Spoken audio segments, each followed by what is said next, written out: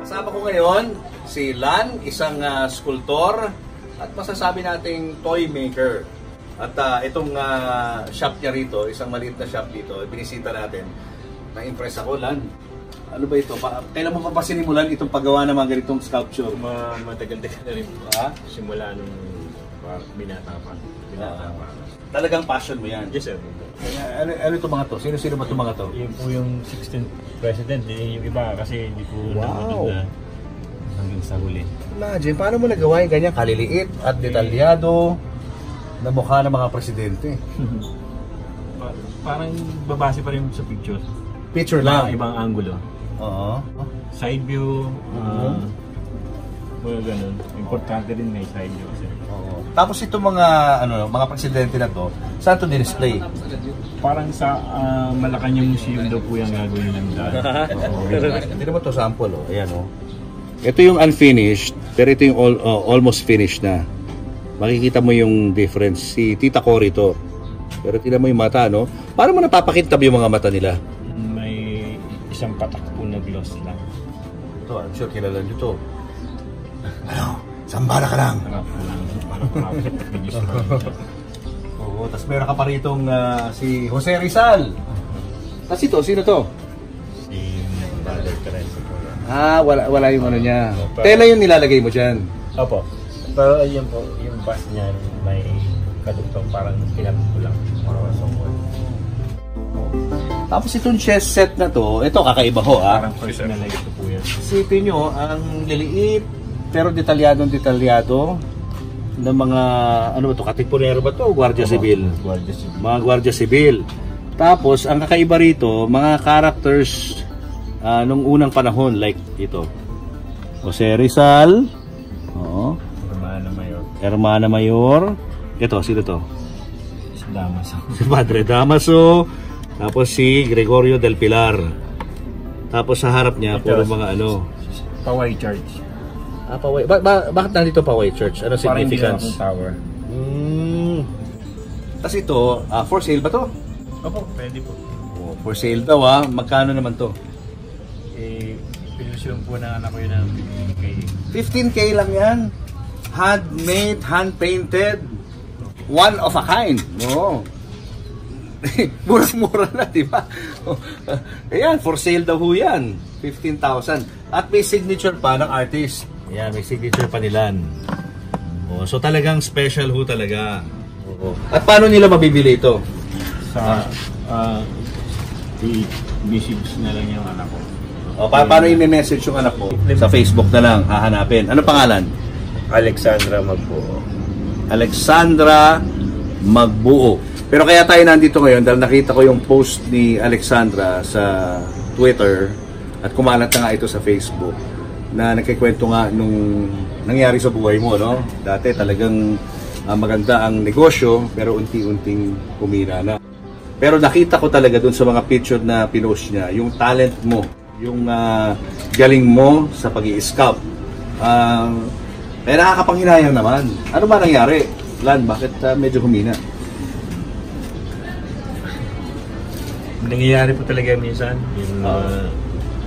yung mga time na parang ayaw na nilang tangkilin yung gawa natin. Medyo kababa. Siguro nga yung mga presyo na na hindi nila kayang, yung presyo ko na akala nila Overpriced. Pero actually hindi. Kaya mapayag ako na mas mababa pa. Hindi naman nila alam na may mga materialis din na tumataas sa babayad ng tao. Yung kunti lang daw pagkakasya mo yun. Babayad ka ng bahay sa family, pagkain. Kakasya ganun lang din po yung yung mga nagawa mo mga superhero na mga figures. Yun daw ang dahilan kung bakit parang sumama ang loob mo. Yung paraan ng pagbebenta ng mga yun. Ano ba nangyari? Meron po kasing dati gumagawa po ako para sa sarili ko, binibenta ko ng tama lang din.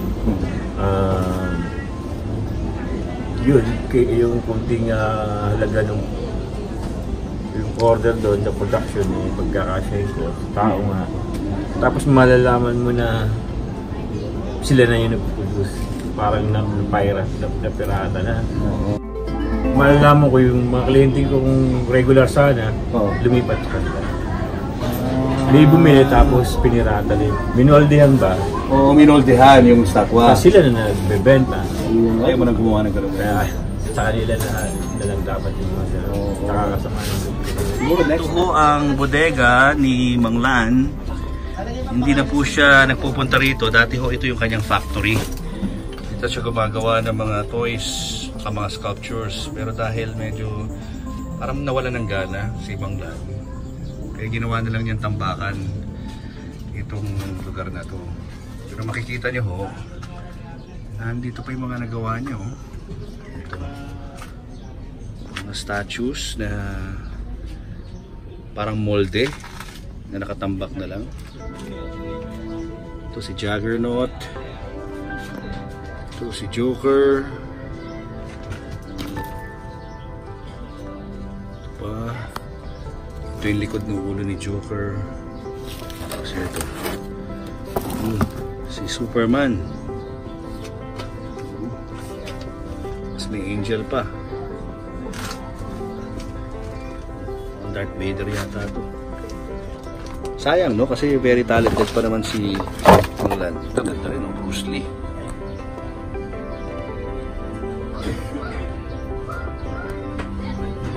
Lalo na siguro pag may pintura na yan.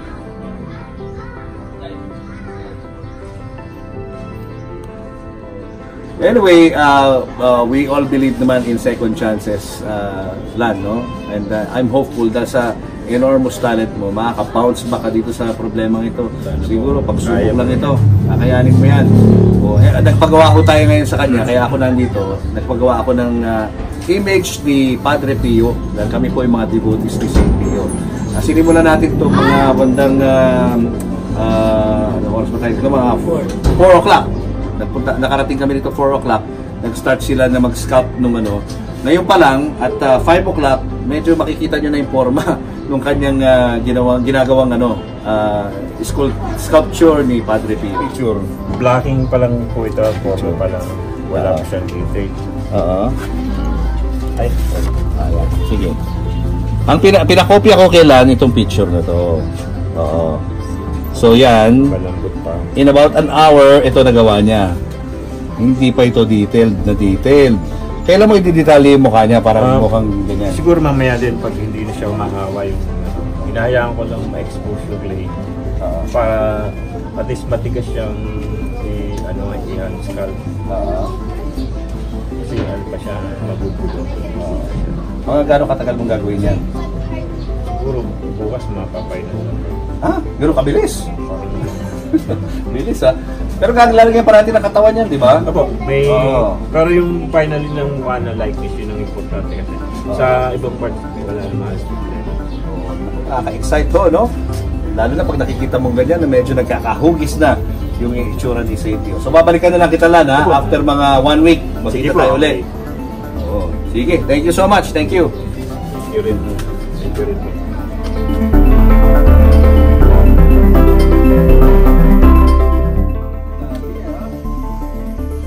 Very unique.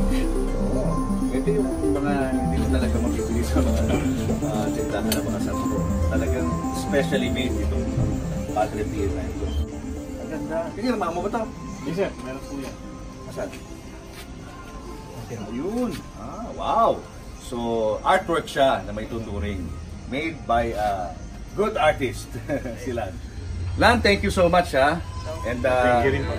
Good luck sa iyo. At paano ka nila makukontakt sa mga gusto magpagawa ng mga images? Ano na lang po, sa cellphone ko,